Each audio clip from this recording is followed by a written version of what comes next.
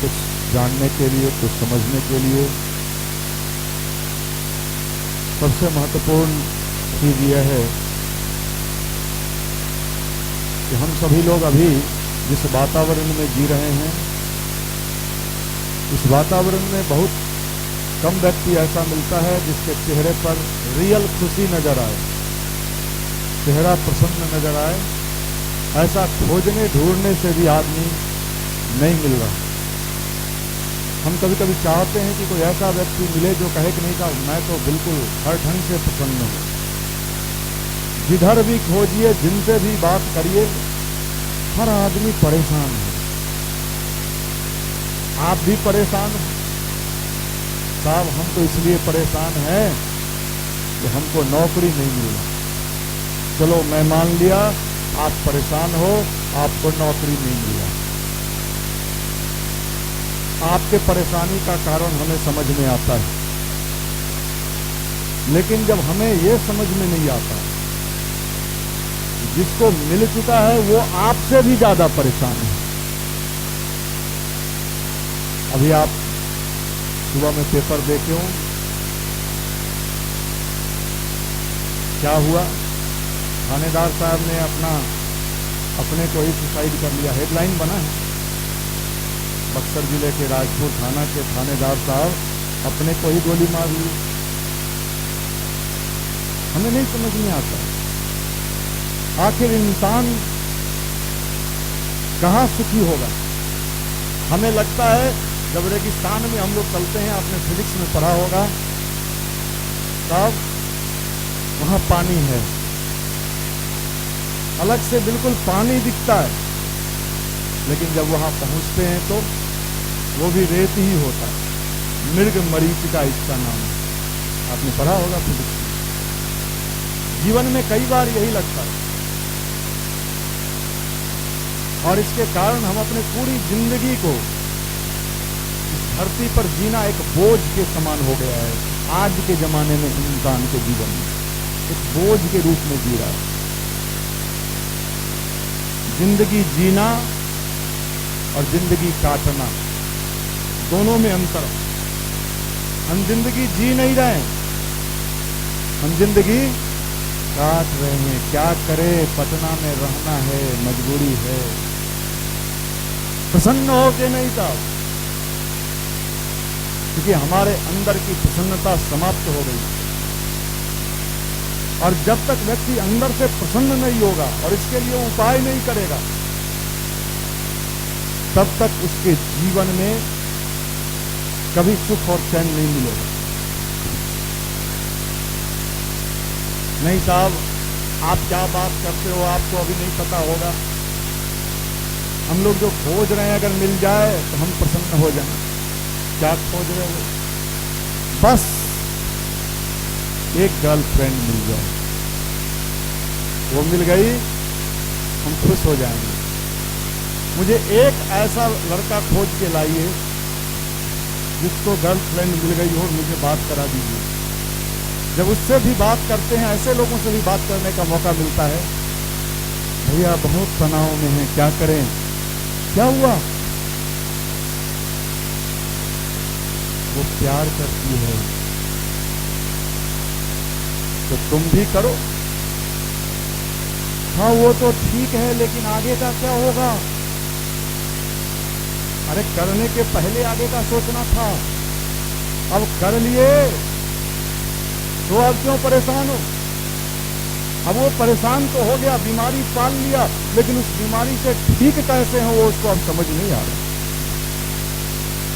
बड़ी विचित्र अवस्था में इंसान जी रहा है, बड़ी विचित्र अवस्था में जी रहा है इंसान। और इससे ठीक करने का एक ही उपाय है जिसका नाम है अध्यात्म। अध्यात्म क्या काम करता है? आपके अंदर आपको बैलेंस करता है। कैसे? जैसे आप जानते हो कि गाड़ी खूब बढ़िया हो, खूब कीमती गाड़ी हो, लेकिन गाड़ी का क्लच, एक्सीलेटर और ब्रेक ये भी बढ़िया होना चाहिए।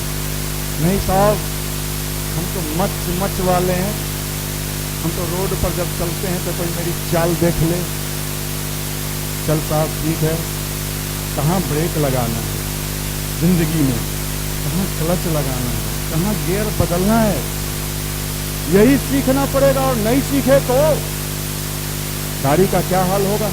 बढ़िया बढ़िया गाड़ी गड्ढा में गिरा नजर आएगा, एक्सीडेंट हो गया।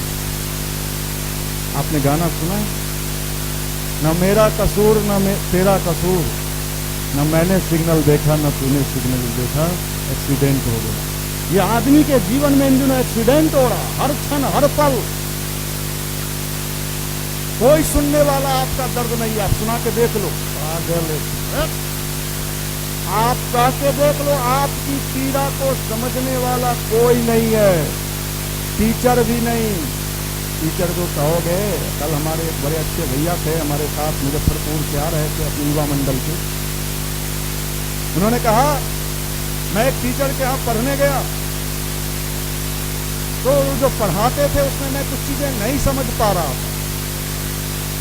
वो जो पढ़ाते थे उसको मैं कुछ चीज ऐसा था जिसको मैं नहीं समझ पा रहा था। मैंने एक दिन टीचर के पास जाके कहा कि सर मैं एक बात कहना चाहता हूं, मैं ये नहीं समझ पा रहा हूं जो आप पढ़ा रहे हैं। उन्होंने कहा यही तो तेरी समझदारी है कि तूने ये समझ लिया कि तू नहीं समझ रहा है। यही तो लोग नहीं समझते, यही तो लोग नहीं समझते। तूने ये समझ लिया कि मैं नहीं समझ रहा हूं। नहीं तो यहाँ तो सालों साल कोचिंग में बैठ के चला जाता है, वापस चला जाता है, कभी उसको लगता ही नहीं कि मैं नहीं समझ रहा हूं। सब समझ रहे, सब जान, यही है। तो बड़ी गंभीर चीज है। आने वाला समय,